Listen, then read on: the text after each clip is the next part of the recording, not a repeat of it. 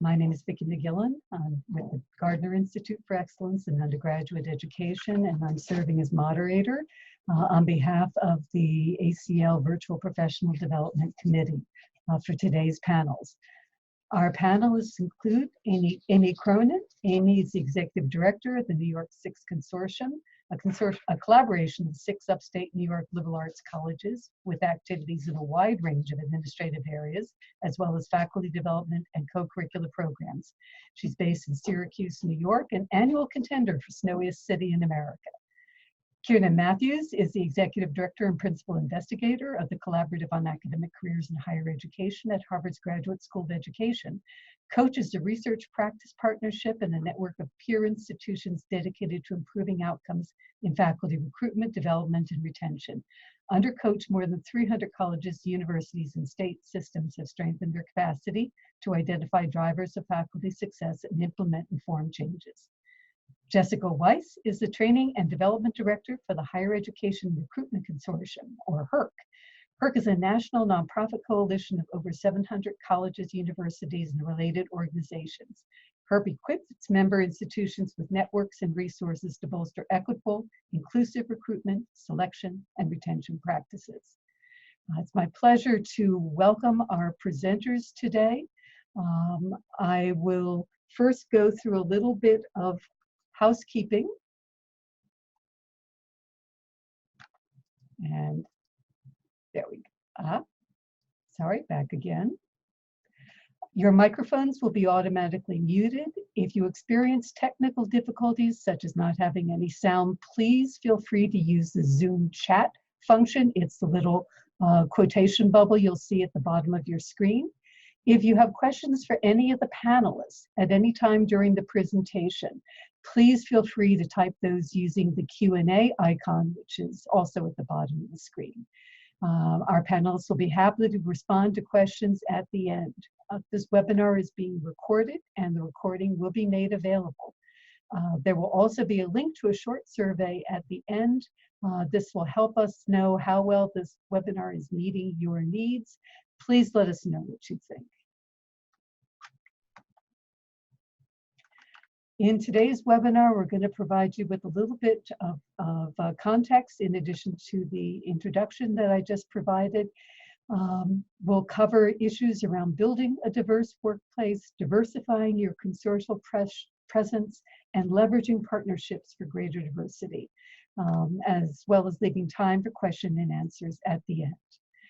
As a little bit of context, I want to first note that back last spring, I circulated a question on the ACL listserv because this topic has come up amongst the members of the board. It has come up as a priority for the Association for Collaborative Leadership, and it came up as discussion amongst the members of the Virtual Professional Development Committee. What can be done to increase and enhance the diversity of our member organizations? I put out a request to member organizations asking anyone who had stories they would like to share, best practices, promising practices, examples, to please share those with me. Conducted a series of interviews with members and then went back and asked everyone if they would also be willing to be a part of this webinar. Our panelists today all valiantly agreed to participate in today's webinar, and we are very grateful for their willingness to share the experiences. A number of organizations were willing to share in confidence some examples, and I will be sharing those at one point during the presentation, but we're not comfortable necessarily because it involved current employees. We're not comfortable in necessarily speaking at this point in time. We welcome your comments and your questions at the end, and I would now like to move forward with the first part of our presentation. Kiernan Mathews will speak on building a diverse workplace. Kiernan. Thanks, Vicki. Thanks for that introduction. And I really want to recognize all the hard work you've been putting in for months on this program with the Virtual Professional Development Committee. So thank you. And we're going to do our best here with what we've got. But I'm looking forward to the Q&A that we'll get from everyone else. So I am Kiernan Mathews. I am at the Collaborative on Academic Careers in Higher Education, as Vicki mentioned.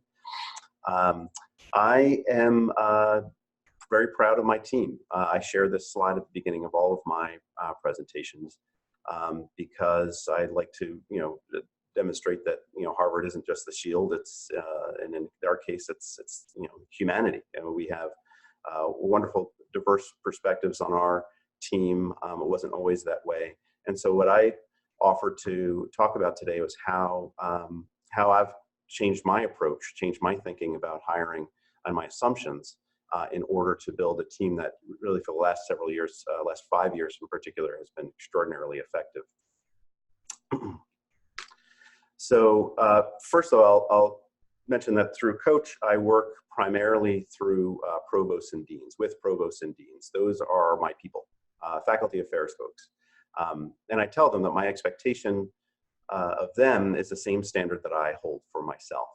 And that is that the distance between the undiverse status quo and equity in the higher ed workplace is measured in leadership. And that we leaders must not fall prey to the tranquilizing drug of gradualism that Martin Luther King warned us against in his letter from Birmingham. So I keep that in mind, that tranquilizing drug of gradualism. Sometimes we need to make, in fact, it is bold strokes that can make a difference in this work of DEI. And that's why I now hold this, radical belief that if you want more diverse hires, you make a decision to do it, even if it takes more time and effort, and then you actually do it. You just do it. And better yet, better if you do it publicly and loudly. So a couple of strategies that have been effective for me here at Coach. We have 5 FTE plus a variable number of student employees, temps, and vendors. So 5 full-time folks, including myself. But we have we bring in interns, etc. Just so you know how the structure works, I report up to the dean's office here at the Harvard Graduate School of Education. But I also have 2 boards. I have an advisory group of provosts, and I have a steering committee of Harvard faculty. So my approach has been kind of 2 parts. First, with sort of the casual workforce, and then second, with those FTE. With the casual workforce, the students and the temps, this is how I'm able to really bring in many different diverse perspectives over the course of the year, and really shifting and swirling over several years, because our master's program here, for example, in higher education, is just a 1-year program. So I have a master's here as well. My wife called it my car wash degree as a 1-year program.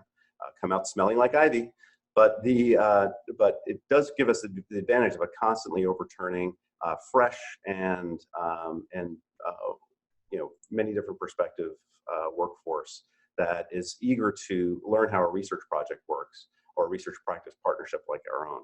So through graduate students, I look to the not just the graduate students here, but to other area higher ed programs for graduate student interns. So not just within our consortium, but at Boston area programs for folks who are interested particularly in the issues that we study, faculty, the professoriate, academic leadership, and higher ed. But we also have lately been recruiting undergrads to work with us. These are co-ops, usually not interns, but co-ops who are undergrads at a couple of institutions here, in particular, Wentworth Institute of Technology and Northeastern University. 2 universities whose undergraduate populations are much more diverse than Harvard's. And so we are able to both support their needs, that their institutions and these students' needs in finding co-op placements, and also to expose our, test our own assumptions about the data that we investigate and the leadership challenges that we study. So that's the casual workforce side. We really embrace the use of interns and co-ops, graduates and undergraduates. For the core employees here, it really was a matter of changing my mindset and those of my team to hiring for the skill that we need, not for the higher ed know-how. So we used to hire out of the, kind of right out of the higher ed program here, the master's program in higher education. So they get their master's, and we ask faculty who were the best and brightest, and we'd ask if they want to work with us. And after all, they were vetted by Harvard, right? So we felt like we were already dealing with the cream of the crop, but we assumed that they needed to know about the landscape of higher education, about faculty issues, about how to speak the language, right? But when we really reflected on this, when we really interrogated our own assumptions, this was not equity-minded. We were already filtering our pool so much by making these, speaking the language, and people understanding higher ed and its nuances. When so many are not privy to those channels. So, and frankly, to be honest, the folks we were hiring weren't even that great out of the program. But that's not don't take that as a knock on the higher ed program here, although it might be. But since focusing on that thing we were hiring for, marketing, application development, accounting or finance, not looking for the higher ed experience, but looking for those skills that our consortium needed. Every hire has brought a perspective that is not typically well represented in higher ed, certainly less likely to be represented here at Harvard or in that higher ed program. And frankly, they've been outstanding, and they've been the longevity of these individuals has also exceeded what we had before. Even if it's required a little extra mentorship on my part, that's one of the parts of my job I most enjoy. So I'm happy to do it and work with them and watch them grow and just get out of the way. So that's been sort of the lessons that I've learned in my work over the years. And so I'll pass it on to Vicki, I think, who had some additional thoughts. You're muted, Vicki. Thank you, Kiernan. Okay. When I did the interviews with additional consortial leaders last spring and this summer, it was predominantly addressing the question about hiring. And so most of their recommendations had to do with hiring. A number of the recommendations fell under the heading of spreading the net, I think, as Kiernan has alluded to from the coach experience. Some of the specific recommendations included using non-traditional sites. We don't usually think in higher ed hirings of using monster.com or Indeed, or even local nonprofit sites that could be a valuable source of diverse populations locally. There was a strong recommendation about drawing from the local diverse community, as diverse as your local community may be. One director recommended, in addition, connecting with the HR offices on your member campuses, because they may have encountered very talented individuals in other searches that they may be in a position to recommend that you take a look at from the basis of their hiring process. There's also a recommendation that if there are local groups organized in your region that focus on diversity in the workplace, that joining one of those groups can be an excellent idea. It both ties you into other employers who are seeking to do diverse local hiring, and it will help you expand your own professional skills development. The second area in which, let's see, no, can you, thank you. Well, one too many. The second area had to do with the issue of revisiting both the position and the hiring process. Many institutions have gotten in the habit, as Kiernan referred to in terms of coach, that just sort of assumption, well, of course we need a master's for this. Don't we need a master's for everything? In fact, many of us may have received in our emails today a reference to an article about our master's, the new bachelor's degrees. Are in fact those hired credentials necessary for the position? Have they become inflated?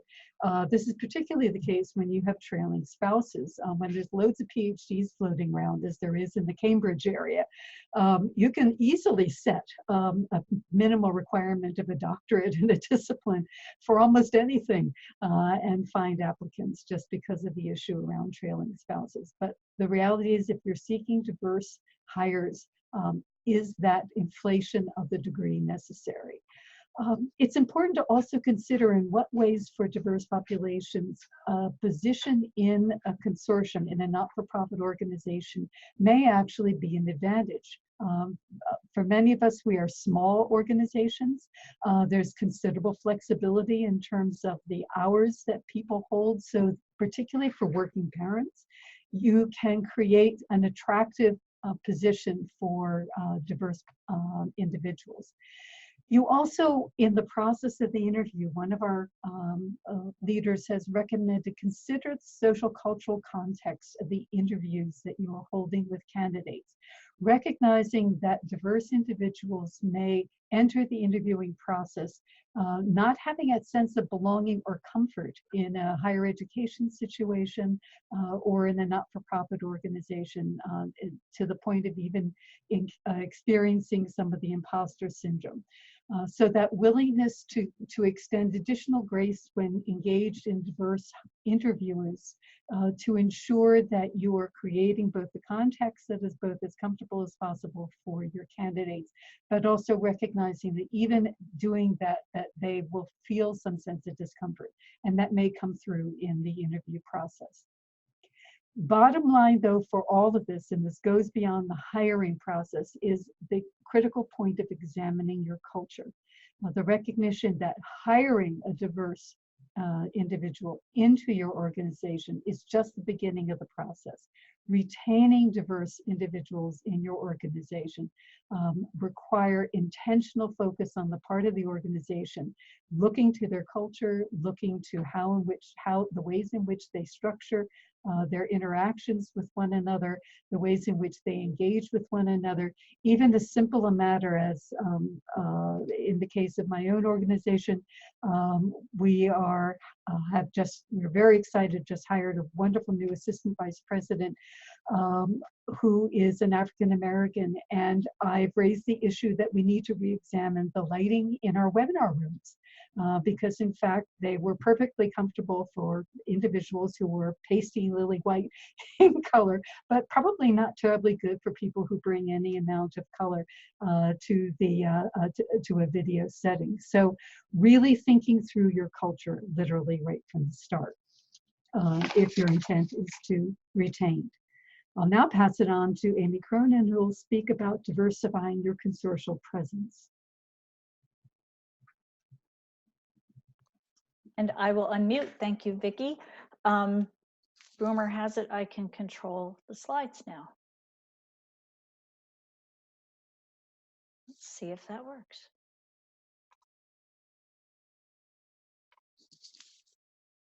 There we go.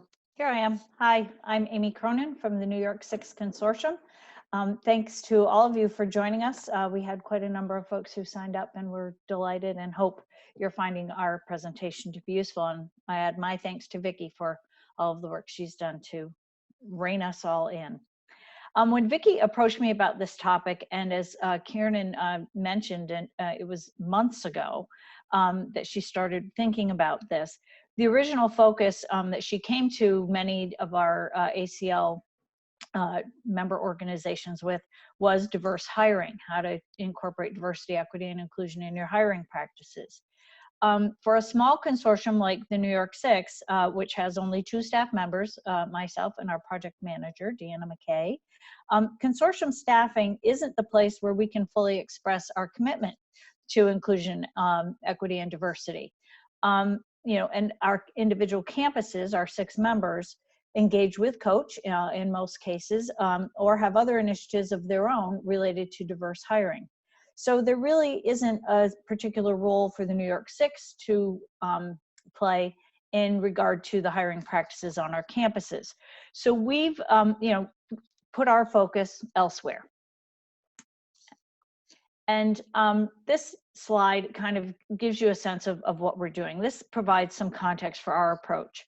Our goal is to ensure that our work is inclusive and represents the diversity of our campuses and helps them to meet the challenges they face on their campuses, academically, culturally, in terms of professional development. They're small institutions, and sometimes they need order of magnitude to do things most effectively and efficiently, and that's where the New York Six can help. But we can't have just the same people who all come from the same perspective with the same life experience in those conversations. So we really work to bring diversity, equity, and inclusion into more than just the collection of people who are assembled in terms of the hiring practices. In short, what we're trying to do is, reflect the diversity of our consortium and our member institutions every day. That may sound simplistic, but I really do think that it rings true. One thought that came to mind when Kiernan was, eloquently quoting Martin Luther King, and I also, I thought, the other person one might quote is, a Nike ad, just do it. It's you just need to decide you're just going to do it. And so we focus in the New York Six on two important areas: communications and marketing, and then of course our programs. In communications and marketing, you might think, how can a consortium have an impact on inclusion and equity, diverse perspectives through communication and marketing? Well, here are, a few ideas. So as far as the voices, who is delivering your message? In your communications, your website, your newsletters, blog posts, social media, are you promoting the diversity of your consortium and the schools that are your members? Do you highlight people who represent the full spectrum of your members' institutions? If you're constantly, kind of showcasing the same people all the time, the same programs all the time, you're probably not hitting, bringing a diverse perspective and giving people a sense that they are represented, that they can see themselves in the people that you're putting forward. And images are a part of that. Early in my career, when I was working in communications actually on one of my member campuses, I was taught to really pay attention to images. So not just making sure, if you're illustrating a story or a post about a STEM program, that you have a lab photo, but who's in that photo? Is the lab photo representative of the diversity of STEM in your organization or in the school that perhaps you're highlighting? Is every time you show a STEM faculty member, are you showing a white male? Are you showing more diverse people the more diverse people who are engaged in those programs? Are you featuring women who may be pursuing non-traditional study? And as an aside, I might suggest, this was the first thing that I was ever taught when I worked at Hobart and William Smith colleges many years ago, and that is, make sure you don't have a person in the photo representing your consortium who's wearing a sweatshirt from a non-member of your consortium. I once received some material from a campus with which I was working in the University of Maryland system, and the quote that was on the cover of this beautiful publication they'd spent a lot of money on was from a dean at Yale University, and the name of the institution itself did not appear on the cover. I thought that was kind of a bad move. And then moving on to topics, that probably goes without saying, but are you, talking about different kinds of programs, different kinds of work, or do you have balance in the kinds of disciplines that you might be featuring, whether it's in a program that you're offering, or also in what you're promoting about the work of your consortium? Keep covering up my arrows. Here we go. Programs. The biggest impact, though, that we can have, I think, as consortium leaders is in the programming that we offer. Because I firmly believe that whatever the topic you're covering in a program, in a webinar, you can weave in issues of diversity, inclusion, and equity. I'm going to give you an example. Next week, I'll be meeting with the New York 6 purchasing group. And one of the topics, and you might think, you know, purchasing, how does that relate to what we're talking about today? However, one of the topics we're going to be talking about is what we might be thinking about doing collectively related to working with small women-owned and minority-owned businesses in our region.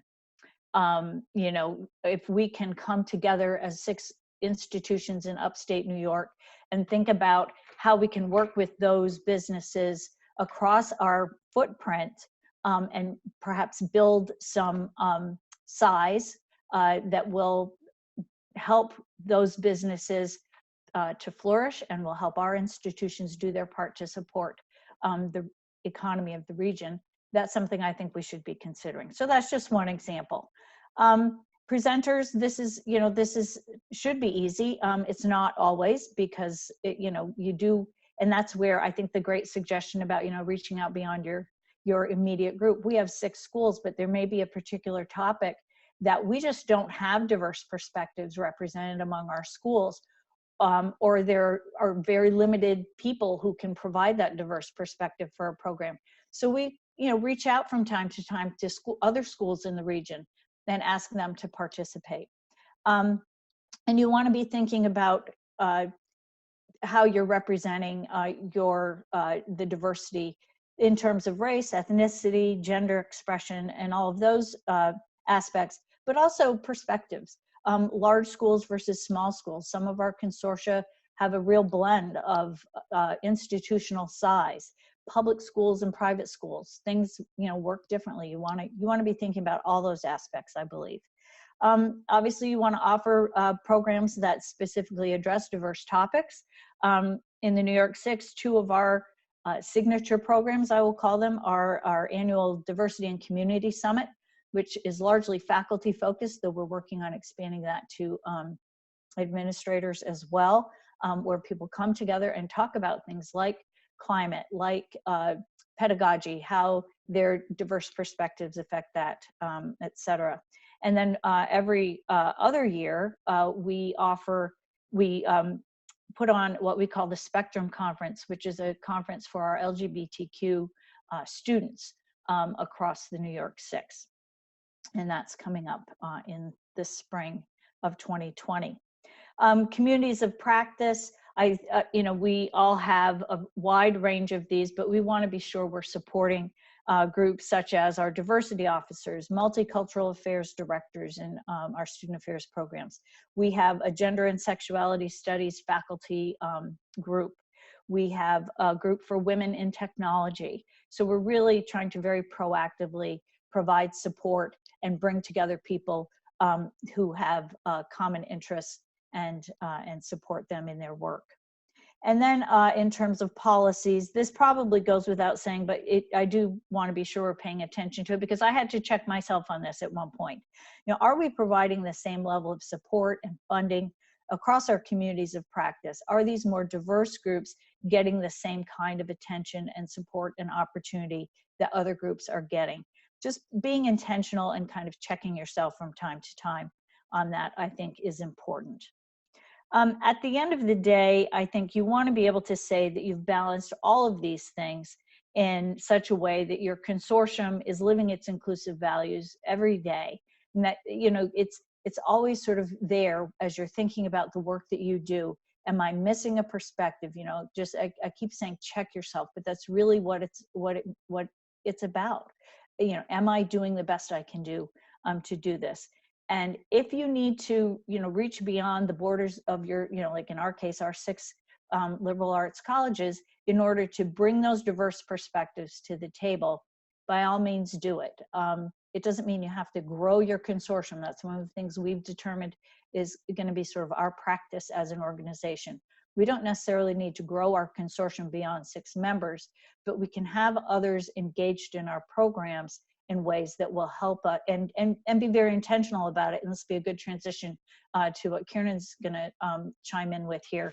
You know, and be intentional about including people who do bring those diverse perspectives too. And with that, Kiernan, I'll ask you to chime in with an example of a project you worked on. Yeah, thanks, Amy. It really is a kind of teed me up perfectly for a specific example of something that just happened this summer at Coach that really applies a lot of those lessons that you've just shared with us. Deliberately supporting diverse and inclusive communities and ensuring policies, practices, procedures are equitable. So starting last year in 2018, I started a new institute here for provosts and deans, and it was a leadership development program. We call it the Seminar on Leadership of the Faculty. So it was successful, and this year there was some pressure to grow this program, to start admitting even more folks. So I said to the ed school here, all right, let's put your money where your values are. If you can give me a full pay number that I need to hit, this is a tuition-based program. Give me the full pay number that I need to hit in order to let HBCU representatives participate at 50% off that rate. And they said, okay, let's do it. So what I realized is though, you can't just wave a magic wand and say, oh, we'll reduce the tuition and put that on our website and they'll come. This is not a Field of Dreams situation. Instead, you really have to do the work. So my team, we researched the addresses of all provosts and deans at HBCUs in the country. We sent letters personally signed by me to all of them. And then we followed up with an email blast if they didn't get back to us. So once I hit 50 attendees to this program, it had been 40 we had gotten to 40 in 2018. In 2019, we got to 50. And once we hit that number, I accepted applications from 9 more, all HBCUs, automatically all receiving support that made their participation more affordable. And then I happened to get even another 6 after that over the transom. So we ended safely net revenue positive. And best of all, everyone's learning experiences were enriched by the greater diversity of perspectives in the room. So in the assessments that followed, there was great, our marks on the achievements of inclusivity and diversity in the room were very, very high. So between the HBCU reps and others, the Institute has 1 out of 3 were from some underrepresented group, including 23% African-American, and 2 out of 3, in fact, were women. So, I felt like that was a success. And what I've taken away from this is that I really have to actively advocate for greater diversity in the room. It doesn't just happen. And in this case, it took me asking the folks in charge of these exec ed programs, what's your financial aid policy? And it turns out it was just whoever asked first got it until it ran out. You had to be qualified, there had to be an application, but there was really no strategy that linked the financial aid policy to an attempt to achieve a certain kind of diversity in the room, or any kind of diversity for that matter, just a diversity of institutions who maybe otherwise wouldn't be able to afford to be there. But I thought we could be still more deliberate in a program like this. So I had to put the language of my senior-most leadership, my deans, my boards, I had to put that language in their faces and say, if you believe diversity is necessary for optimal learning among your students, then let's bring in participants beyond the usual suspects in these executive programs, and well, these programs for administrators as well, even if they're outside the consortium. And then I had to do the math for them, like I mentioned. How much will it cost us to bring in X people we wouldn't otherwise have? And can we charge everyone else a little bit more in order to defray the cost of those that we want to bring in through this financial aid program? So I then had to use, as I mentioned, this kind of direct marketing, personal notes, relationships really helped to advertise the opportunity and get the word out. This is the same, we teach provosts and deans the same thing about recruiting diverse faculties. Pick up the phone, do the personal work. And the fact is, you also can set goals for the composition of underrepresented groups in your mailing list. You can check to see whether you're being equitable by looking at the list that you're mailing out to, even if you can't necessarily measure or aren't allowed to, if you're in certain public settings, if you're not allowed to measure admissions or take certain measures of diversity into account in the admissions process. You can in the pool that you're recruiting from or reaching out to. So, often we're generally advised not to use, for example, race or ethnicity for enrollment targets.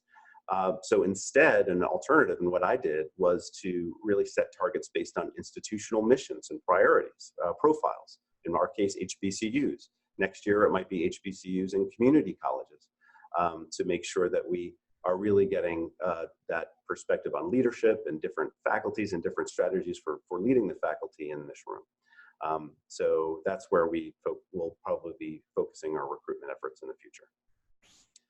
So that's just a brief case study from Coach and how, and now they're actually rethinking the whole financial aid plan in those exec ed programs on the basis of this success that we've had in this smaller kind of nascent program.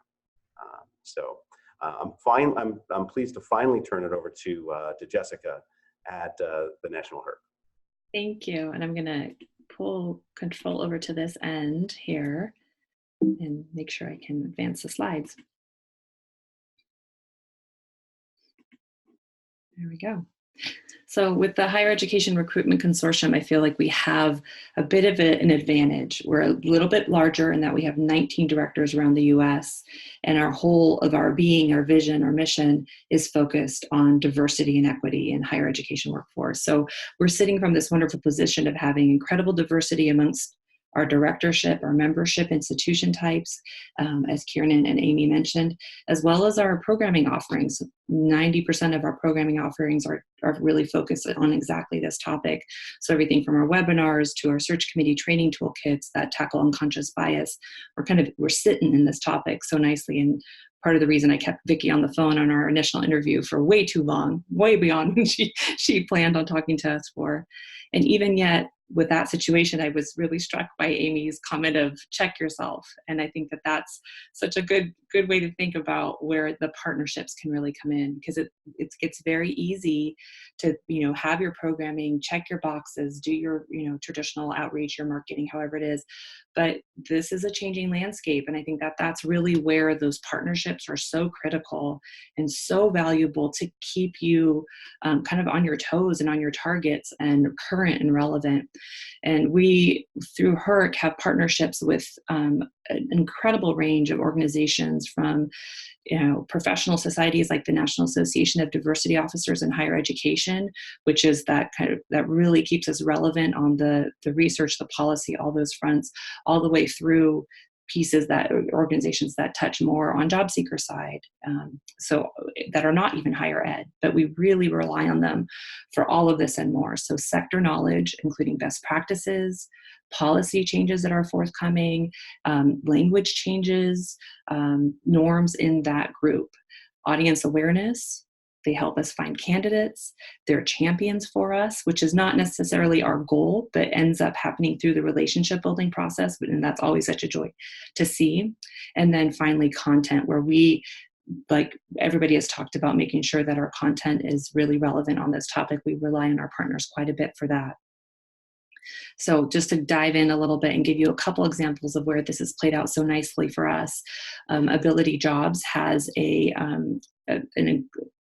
website geared at job seekers with disabilities, and they do everything from job boards to trainings to virtual career fairs that are fully accessible.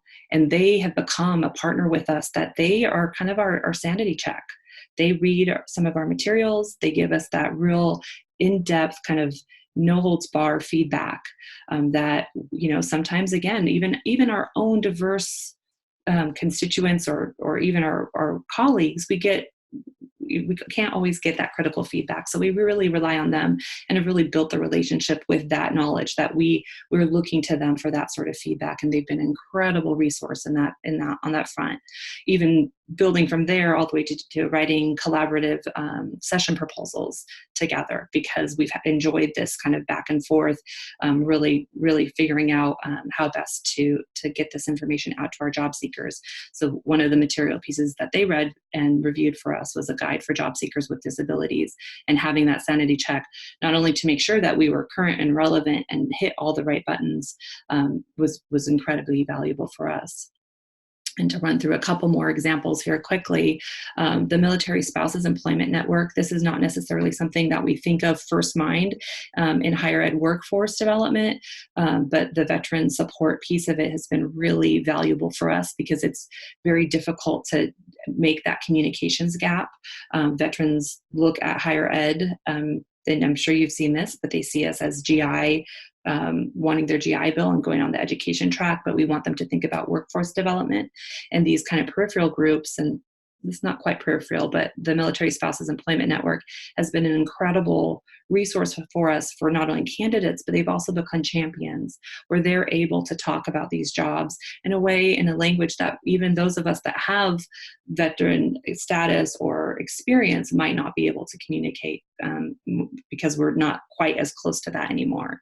So they're incredible both for job seeker, finding that for us, but becoming a really a champion in a space that we wouldn't normally have. And then finally, we work with groups all over the US, including Noble Stop and some of the other groups you might be more familiar with, but also some of those regional groups, such as the SFLGBTQ Center. And they are doing some new programming around inclusion issues in the workforce. And so even though that's really focused on the Bay Area, what they're learning there is kind of ahead of the curve. So I think Amy mentioned looking at your own backyard first, but then in this case, they are the leading edge of that. And so we're able to provide that content out to a national landscape. So these partnerships are invaluable for us, even as an organization that has the diversity of institutions, the diversity amongst our directorship. We really rely on these partners to check ourselves all the time and to provide those connections that we might not have access to. And advance the slide and kick it back over. Okay. And thank you, Jessica, Kiernan, and Amy. I'll take this opportunity to remind folks, if you have questions you'd like to submit now to our panelists, you just click on the Q&A icon on the bottom of your screen, type the question, and hit send. We're not using the raised hand option, so please feel free to type as we go. I had one question that came in to me earlier, and that has to do with retention of diverse individuals. Would any of the panelists care to share recommendations, suggestions for some critical steps that organizations can take to do their best to be able to retain diverse candidates and diverse employees? Mm-hmm, mm-hmm. I'll jump in first and then open it up for the others. So we're really finding that there has been historically, more recent history, a lot of attention on the recruitment side of it and then the selection side. But that retention piece has not necessarily been on people's radar screen. And we see that with a lot of our constituents. Interestingly, veterans is really high on that list where we see a lot of attrition in that space. And so that proactive work to create inclusive workplaces is so critical. So it can't be at the time of hire. That's way too late. It has to be throughout your entire year, your entire cycle, that this topic needs to be foremost. And that those offerings to really critically look at your workspace. Are there affinity groups? Are those affinity groups really productive? What sort of training are you providing to everyone? That sort of transparent, ongoing, and robust training piece of it is such a critical first step to help make sure that workplace is kind of primed and ready to go once you've done the work of that diverse focused recruitment and selection process. I'll add one thing quickly, Vicki, to that, which is our Diversity and Community Summit, which I mentioned, which we do, which we did for a few years. We took a little hiatus from it. Now we've restarted it with a bit better focus. One of the goals of that is a retention goal for our participating schools, and all 6 of our schools engage in this. On any one of our small liberal arts campuses, we have a small, the diverse community, particularly faculty of color, is very small. And so we do this Diversity and Community Summit as an attempt to help them feel and bring them together as part of a larger community, to build for those faculty a larger community, a greater sense of belonging, as others alluded to, so that they're not feeling as isolated as they might be in some small upstate New York community as one of a very small number of faculty of color. So that's been helpful to our campuses. It's obviously, there are, as others have talked about, you need to build that community on your own campus and be thinking about your campus culture. But if we can help mitigate some of that by providing a sense of being part of a larger, constituent group, that the schools have found that to be helpful. Thank you, Amy and Jessica. Kiernan, we have a question for you from Jim Yankich. You emphasize the need for leaders to make the difference, to make the decisions that result in a more diverse workplace. Are you able to expand on the role or responsibility of leaders more? I guess a little bit, and again, I'll try to speak in specifics rather than broad generalities. I think that the leader has got to be less concerned with self-preservation than with following their own the principles and their being an authentic leader around these issues of diversity, equity, and inclusion. So rather than just talking the talk and saying that we are doing this, you really have to demonstrate yourselves. You have to do that work. I just keep saying it over and over again. And that means not being afraid to speak up in a boardroom or in a room of full of for me, of faculty or people who have been doing this a lot longer than I've been around, to ask that question of like, why do we do it this way? To ask those provocative questions or perhaps the Trojan horse questions that lead to others to perhaps check their own assumptions. The other thing that I'm thinking of is how, as far as leading, I could go on and on about faculty retention. That's what it's kind of coaches' work or bread and butter. But just talking about my own unit here, my own team. What other ways that I personally try to demonstrate that leadership on these issues is by a recent example is kind of a more liberal work from anywhere policy. We don't call it work from home, right? But work from anywhere. Where once somebody has been on board for a little while, for a few months or maybe 6 months, and has kind of gotten the routine of the work, really allowing people to feel comfortable and demonstrating that myself, feel comfortable with contacting the team and saying my kid's sick, whatever's happening in my life, I'll be doing my work from home. In fact, we tell them we don't even need to know the reason. Don't even give us any excuses. Just do it, and as long as you're performing, then it's not a problem. So those sorts of again, it's really focusing on what's the work that's getting done, not whether the person's butt is in the seat. What I've heard this called is through one of the faculty here who studies adult development and has studied kind of the deliberately developmental organizations. He calls it that the interior life is part of what's managed in a deliberately developmental organization. We all have our baggage or our happy and our sad parts and troubling parts of our lives that we bring to work every day, but we mask it. We're afraid to talk about it because it'll show weakness or show that we're distracted. If we were just more honest about what's actually happening in our lives, or invite people, they don't have to share, but invite people to share what's happening in their lives, then we can work with that. We can make that part of what a manager, what a leader is supposed to manage, rather than just pretending that these lives of people with sick parents or kids who need more attention, all these issues are just not existing.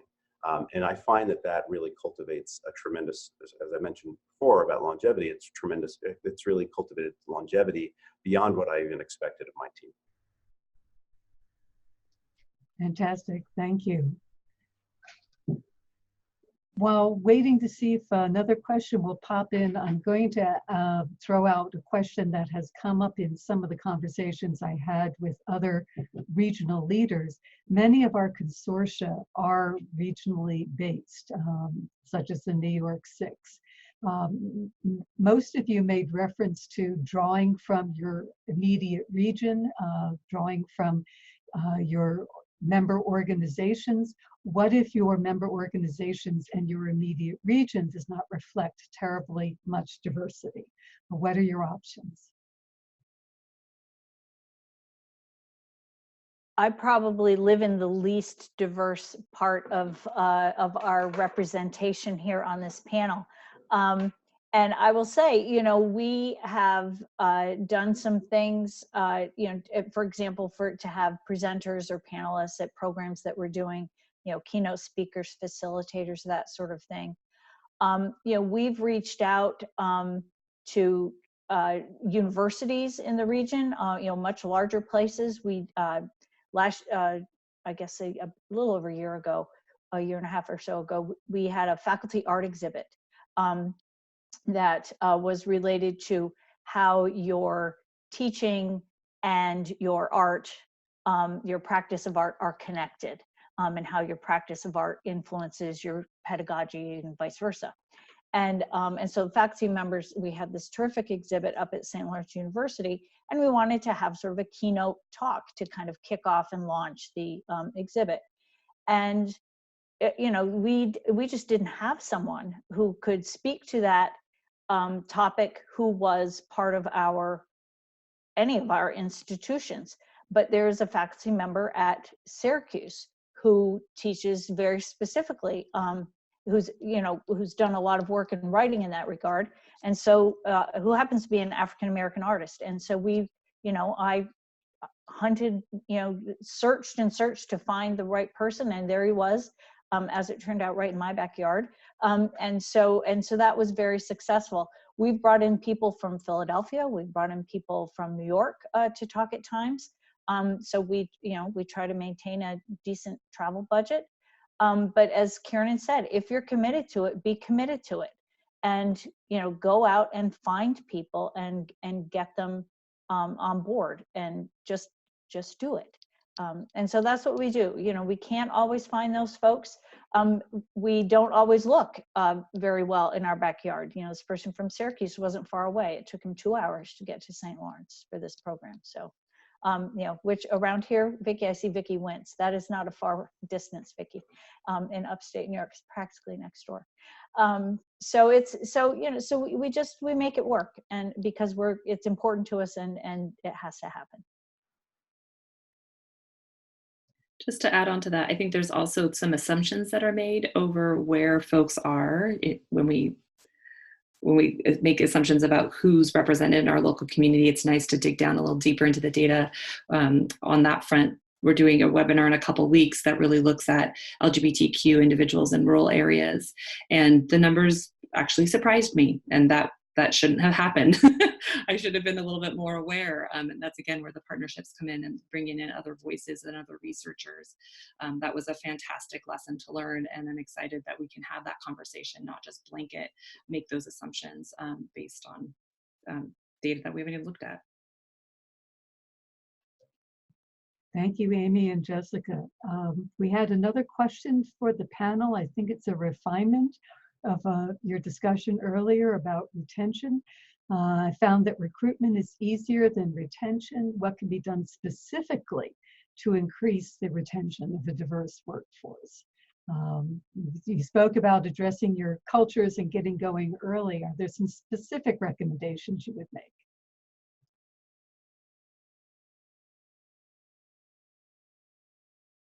I'll take a first swing at it. Actually, yeah, I'll try to be brief though, because again, we could have a whole symposium on this issue.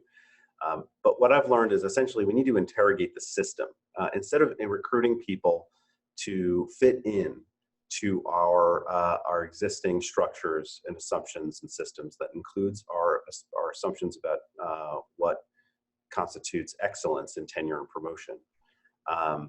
We need to interrogate the systems and include not just the policies, but the procedures, the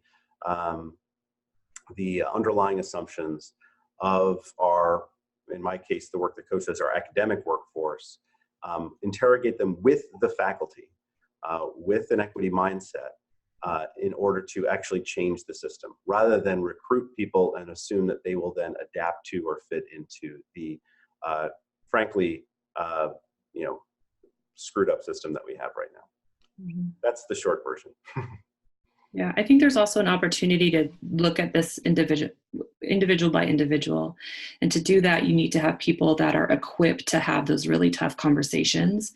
I think particularly with younger faculty, that's an opportunity to figure out what is going on there before the problem really becomes that they're ready to search and they're ready to go out for other positions. It has to happen early in the process. There have to be tough conversations happening throughout. And so some of those models can be a mentor model where there is a space, a dedicated kind of identified space to have that conversation. That's where things like the diversity tax might come up in ways that you might not be aware of from where you're sitting. But be intentional that that's part of that conversation, so it allows for it. And so you're monitoring this throughout, because again, if it happens at the end, it's too late. There needs to be these breadcrumbs of understanding throughout that process. That's just one way of doing it. It doesn't have to be the mentor model, but there needs to be an opportunity where there's pulse checks there. And when that happens, I think those things come up. And the thing I would caution with that is that sometimes there's really glaring issues that come through those conversations. That's a sign of a successful conversation or mentor relationship. But then with well-intentioned, there's this rush to fix that problem. And then it becomes very focused on that individual rather than going back to Kiernan's point of it being at a system level. So when those problems arise, being very intentional about how it's going to be an equitable, transparent, and kind of holistic approach to the solution rather than targeted at that individual, because that marginalizes that individual even further in some cases. So intentional conversations throughout the early stages, particularly on the faculty side, but also on the staff side, and then really stepping back when you get that information and making sure that it's not kind of a rush to fix and focused on an individual, but it's more systemic. Can I just jump in really quickly, Vicki? I know we only have a couple of minutes, but I want to address Jim's question with a couple of very practical things. I tend to, bore down into the practical stuff. Some of the things our campuses are doing, in addition to the idea of helping, providing new faculty members from underrepresented groups with mentors. Some of our folks have done a very good job of sort of introducing faculty members to or new staff members to people in the local community who are, so if you bring in a faculty member of color, to really helping them make connections in the community with other community leaders, community members of color, with whom they might, establish a contact outside of the institution so they don't feel isolated on the campus. And another of our campuses gives their faculty members a list of resources. So, where can you buy ethnic food in the region? Where can you get, your hair done or get other kinds of personal service that might be particular to you and your needs? Those kinds of things, so that there's a recognition that, we know, we have a sense of what you might be looking for, and we're here to help you find it. Thank you, Amy. And I'm afraid Kong Lee had a really great question for the panel, but with 2 minutes remaining, we're not going to be able to do it justice. So I would like the panelists to consider the question, and perhaps we can communicate back directly. Has there been an effort to engage with underrepresented groups and directly ask, what do you need to succeed, to thrive, to stay, to develop, to achieve work, life, and service balance, and what has been revealed? So if I can ask each of you to consider that question, and we'll perhaps post this back to the ACL listserv as some of the collective wisdom of the panelists as a whole. I'd just like to remind folks, that we want your feedback. A recording of this, oops, one too many. A recording of this discussion will be available soon to all ACL members. Please take time to complete this brief poll at this address. Your feedback really does set the agenda for the Association for Collaborative Leadership and for the Virtual Professional Development Committee. I want to take a moment as well to specifically thank Kiernan, Amy, and Jessica for being willing to share both case studies from their own organizations, but also promising practices that are coming from the field.